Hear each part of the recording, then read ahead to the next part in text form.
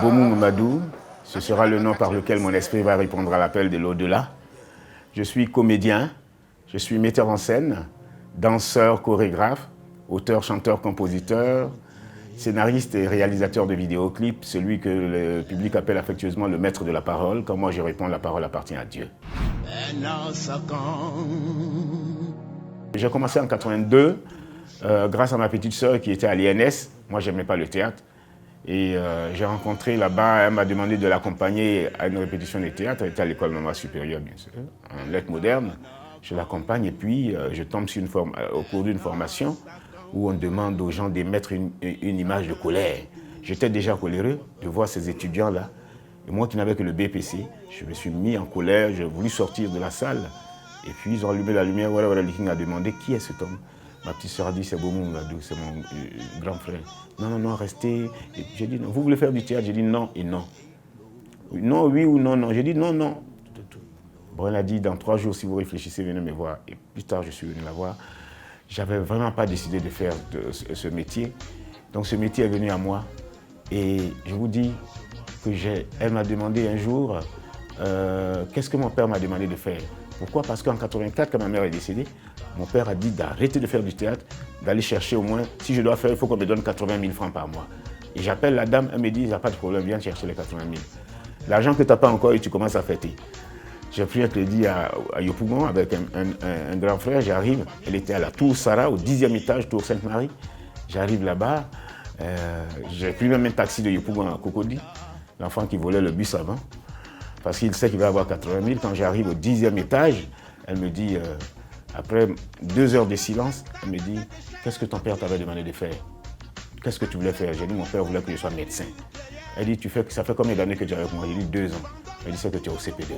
Pour être médecin, il allait te falloir au moins une 30aine d'années d'études. Où tu es là, si tu veux, tu fais le théâtre, tu continues, ou bien tu ne veux pas, tu continues pas, tu descends, sors.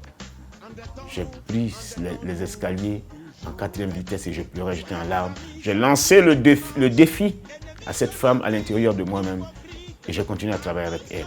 C'est ce genre de défi positif. Voilà. Et là, j'ai commencé à continuer à travailler avec elle. Et je lui ai dit que je serais une référence de qualité par des œuvres de qualité.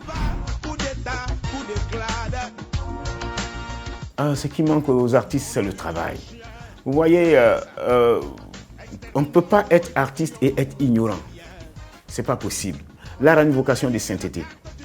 Pour moi, si la sainteté veut encore dire être ouvert, être perméable à la lumière, il n'y a qu'un seul secret, c'est de faire son travail.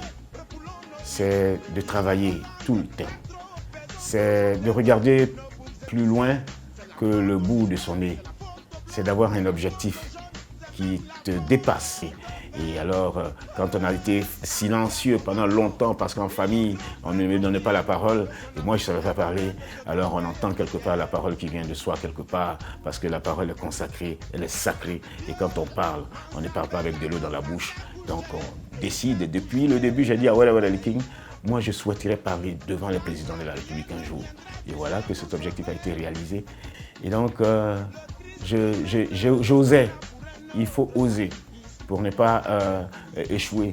Même quand on échoue, comme dans Nello, que j'ai chanté, je ne connais qu'un seul ennemi à Boumou Mamadou. Il s'appelle Boumou Mamadou. Parce que je vais descendre dans le labyrinthe de mon être, descendre là où on a échoué, regarder là où on a glissé, par là où on est tombé, regarder là où on a glissé pour savoir que là, on ne va plus glisser. Voilà, c'est comme ça qu'on a fait pour glisser. On s'est menti à soi-même. On a peur de se regarder en face du miroir. Et donc, quand j'ai décidé d'être cet objectif, j'ai toute la mort pour dormir. Parce que mon père me disait, lève-toi, les anges sont en train de distribuer la chance dehors. Je ne comprenais pas.